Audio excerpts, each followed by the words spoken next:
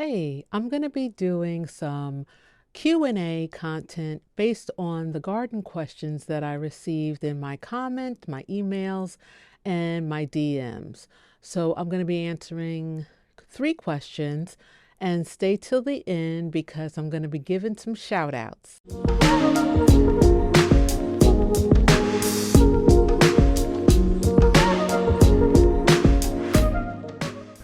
All right, so question number 1, which comes up a lot, is how much should I water? Now, there is no given rule to watering. I think that's something that you have to develop.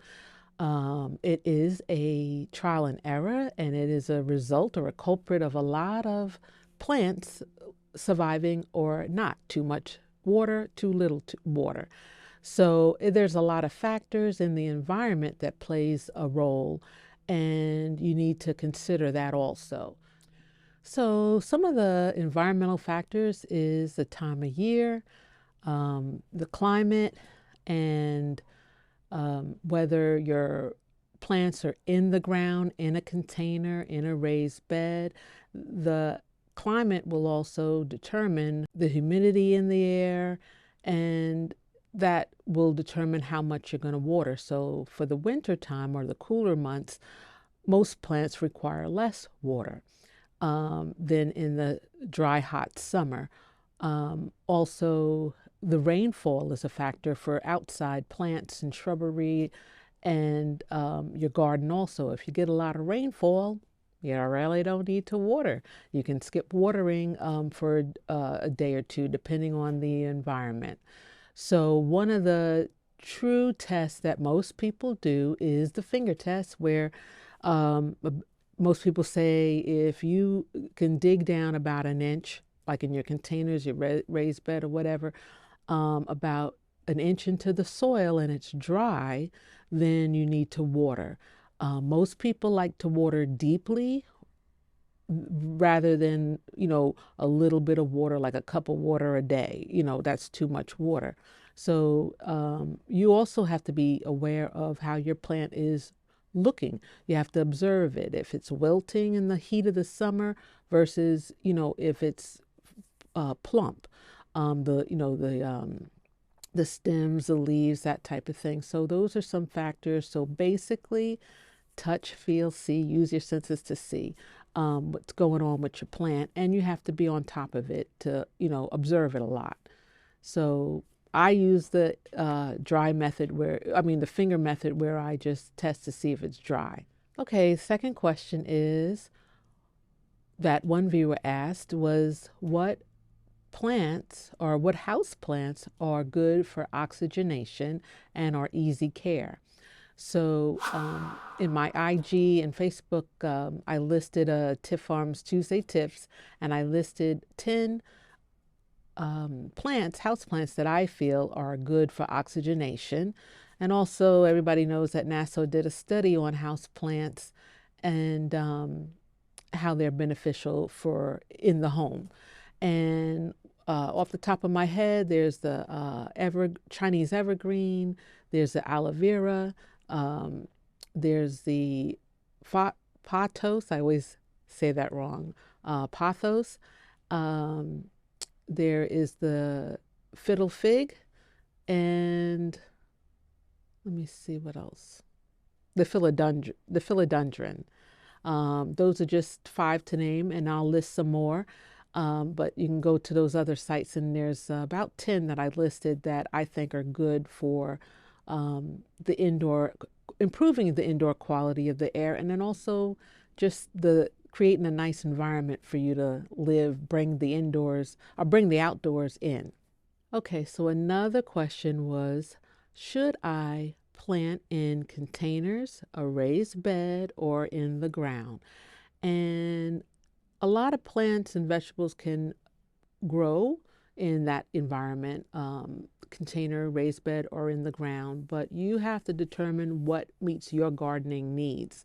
So I pretty much have some things in the ground, some in containers, and some in raised beds, based on what my needs are. And what I mean by that is there's some factors of how much space do you have. If you're living in an apartment and you only have that 10 by 10 slab or a balcony, or a patio type of environment, you have to work with what you have. So if your space is limited, containers would be best, or sometimes they have elevated raised beds that would work also.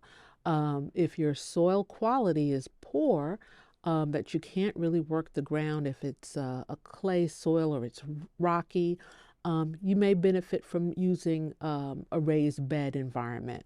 Um, and you can also amend your soil and put soil amendments in there and filter out rocks and a whole lot of stuff, but it's a lot of physical work. And then if you're in the ground, if you're growing in the ground, want to do a soil test and see what minerals and things need to be put in the soil to improve it versus, just using natural organic supplements to enhance the soil. So the other factor is physical. I'm getting older and I may not be able to do all that heavy bending and squatting. So I like the raised bed, the elevated structures that you see people having above the soil. This way you can control the soil that you put in, whether it's organic, and also the texture of the soil and everything is very controlled. You're not going to have weeds issues, certain issues that you would have if you planted in the ground, as far as some pest issues and the weed issue. That is usually a major factor for a lot of gardeners, that they tend to go for the raised beds. And you can intensely plant also in raised beds. So there's a lot of benefits on all aspects, the containers, raised beds, and in the ground. And there's other factors too with, hydroponics and all of that, but I won't get into that. But there's a lot of diverse ways to plant, and you need to figure out what's going to be best for your needs.